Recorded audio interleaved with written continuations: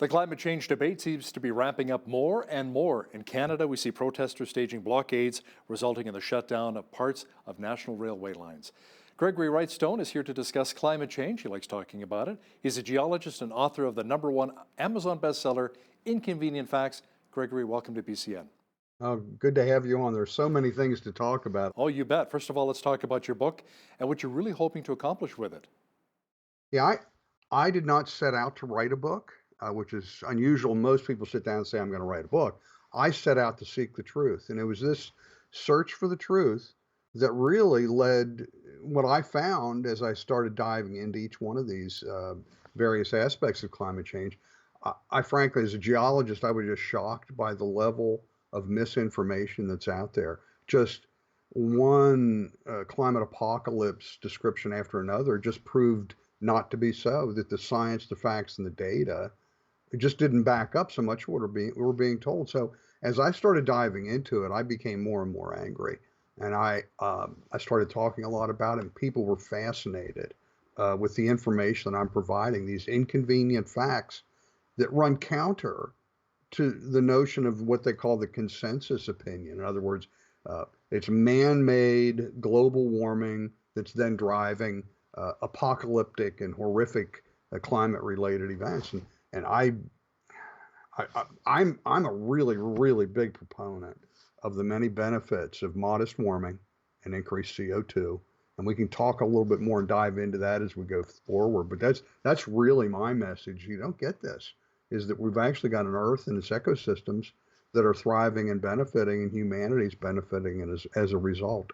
Now, according to many scientists around the world, the Earth is warming at a dangerously high rate with dire consequences. What is your perspective on this? Is the Earth really warming? Is it that much of a serious issue? It is warming. We're in a warming trend. It's been warming, but the key here is, when did that warming trend start? It started in the late 17th century, bringing us out of the death-dealing cold of what was called the Little Ice Age. Half the population of Iceland perished during that time. A third of the population of the world was thought to have perished during the horrific cold of the Little Ice Age. So this was really a beneficial warming. So it started warming more than 300 years ago, and it's been warming in fits and starts ever since. Uh, if we look, the United States really has the best surface temperature data measurement system. They've got one they established in 2003 that gets rid of what's called the urban heat island effect. It gets none of this data from this system has been massaged or manipulated like so many other of the data it has been. And we see here in the United States, I know we're talking to you from Canada, but in the United States, we've seen zero warming. I mean, the temperature is going like this, it's going up and down. But in the last 16 years, we've ended up at the same point we started 16 years ago. I think it's likely to begin warming again here, but it's nothing again that's unusual and unprecedented. And if we look over the last period since the end of the last ice age, we find that there have been 9 other warming periods that look very similar to what we see today. So again, we look back and see that these warming periods are nothing unusual, nothing unprecedented. And I'll tell you one thing that I find fascinating, and a lot of people tell me about my book, the section of the book, is I like to look at human history, human civilization over the last several thousand years, and put that into the perspective of climate change. And what we find is that each of the previous warming periods, they're called the Minoan, the Roman warm period, the time of Christ, the medieval warm period, each one of these warming periods, similar to what we have today, all were associated with increases in civilizations, technology, food was plentiful, and these were warmer periods, just opposite of what we're being told, isn't it? We're being told fear the heat, when actually each one of the intervening cold periods we were marked by famine, pestilence, and mass depopulation. And again, it's just opposite of what we're being told. So there's a great correlation between the rise and fall of temperature and the rise and fall of civilizations. Fear the cold. Is an increased amount of CO2 really bad for the Earth? We hear all of the time how it's important to cut down on our carbon footprint. No, and in fact, if you would look on the back of my white SUV, I've got a bumper sticker that says "I love CO2," and I've got I was at the gym this morning wearing my I Heart CO2 t-shirt. So no, I'm a huge proponent of the many benefits of carbon dioxide. Carbon dioxide's fueling plant and crop growth. Carbon dioxide increases means that each of the plants don't need as much water. Think about it. Because of the CO2, there's the photosynthesis process. They use CO2. With more CO2 in the atmosphere, they don't have to what we call transpiration. It's breathing in and out. They don't have to because they don't need to do that because there's so much more CO2. And that means they're not losing water. They're not sucking it out of the ground. And again, what's fascinating, we don't hear about it, but because they're not using as much water, that leaves more water in the soil. Increased soil moisture is leading thought to be part of what's leading to a decrease in forest fires and a decrease in drought. Again, just opposite of what you're being told and what the media promotes. It's crazy. It's just one thing after another. We're being it's being misrepresented to you and your listeners. Do we have an accurate way of knowing how much CO2 is actually in our atmosphere, is man-made, as opposed to the CO2 that comes from natural sources? Well, we've increased CO2. We're at about, I'm not going to throw out a bunch of numbers, but we're at about 410 parts per million right now. So we've increased 130 parts per million since the beginning of the Industrial Revolution. If we look at it throughout Earth's history, though, we find, again, we're at 400, more or less, a little bit over 400. Throughout all of Earth's history, the average CO2 levels were 2,600 parts per million. 2,600, 6.5 times what we are today. And plants, ecosystems thrived. And so if you really look at it, we're actually, compared to Earth's history, and as a geologist, that's what I do. If you put it in the big perspective, we don't have too much CO2. We don't have enough. We're actually CO2 impoverished. And again, it's fueling Dr. Craig Idso and his team of researchers have done laboratory studies to determine what exactly he used a 300 part per million increase in CO2. What would that do to plant and crop growth? And he looked at crops that represent 95% of the crops that we rely on for sustenance. And he found that some benefit more, some less. They all benefit to some degree. But the average was an increase of 46% of biomass, the weight of crop growth. That's a good thing. That's not just a good thing, it's a really good thing. And because of increased CO2, we can feed the hungry. And around the world, people are benefiting from this. And that's a really, really, really good thing. I'm a senior fellow at the Cornwall Alliance, which is a Christian group.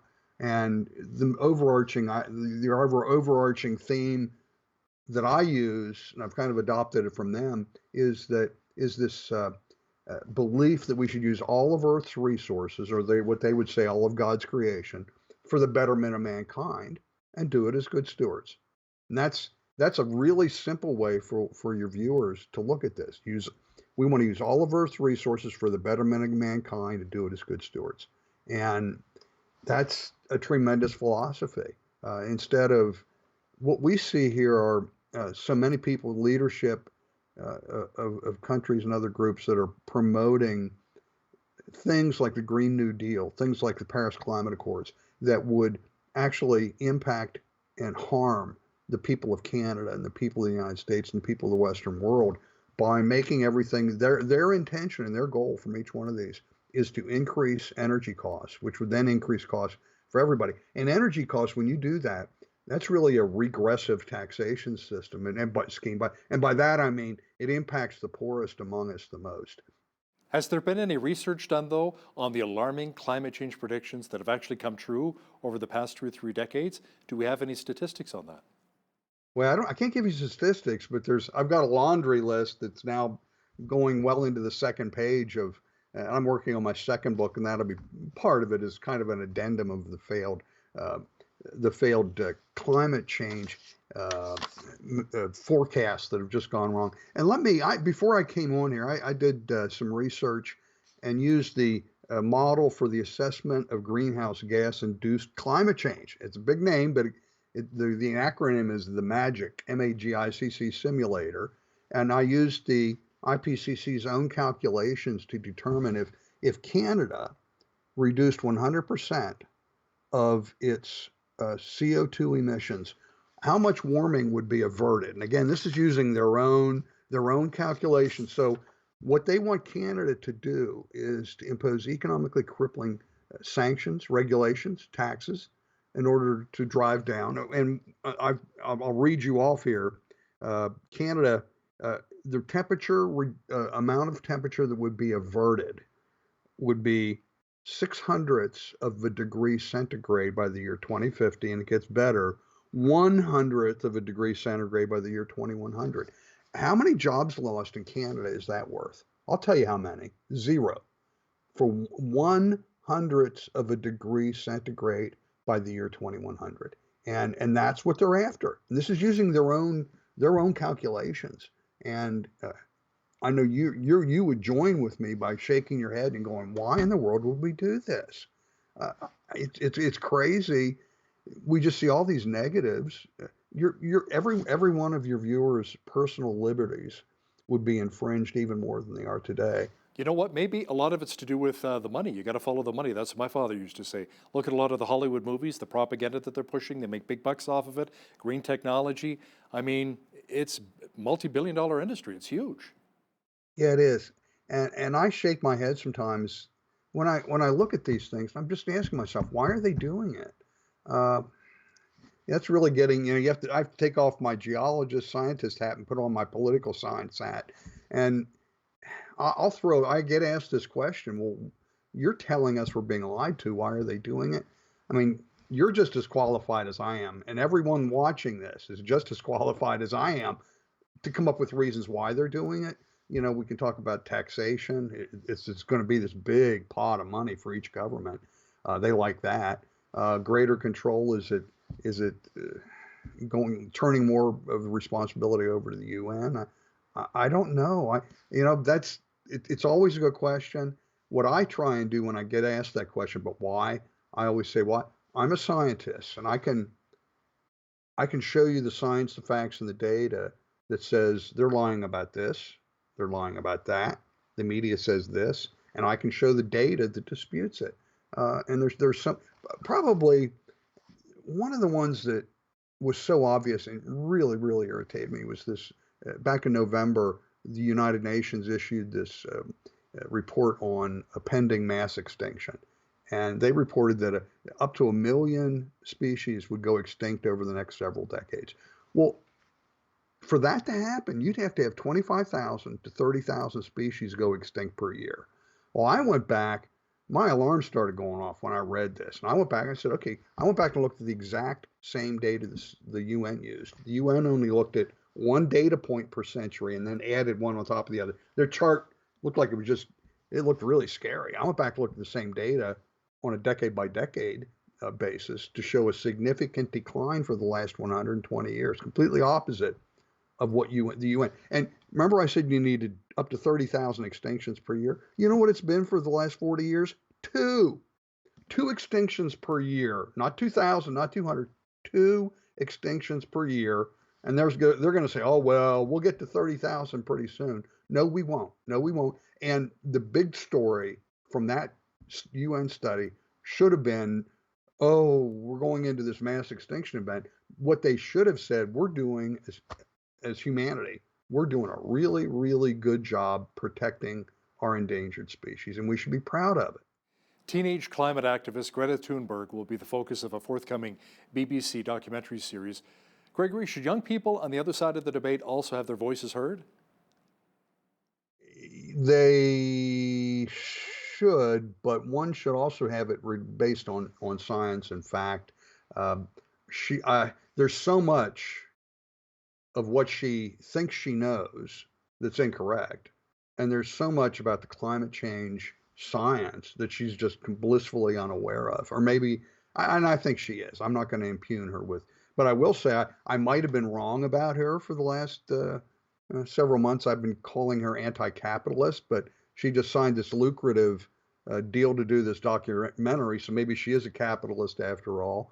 The people in the BBC that are funding the BBC are outraged about this. And the funny thing is, this documentary will be on her. and it's being done under their science, the aegis of the science part of the BBC for this documentary on.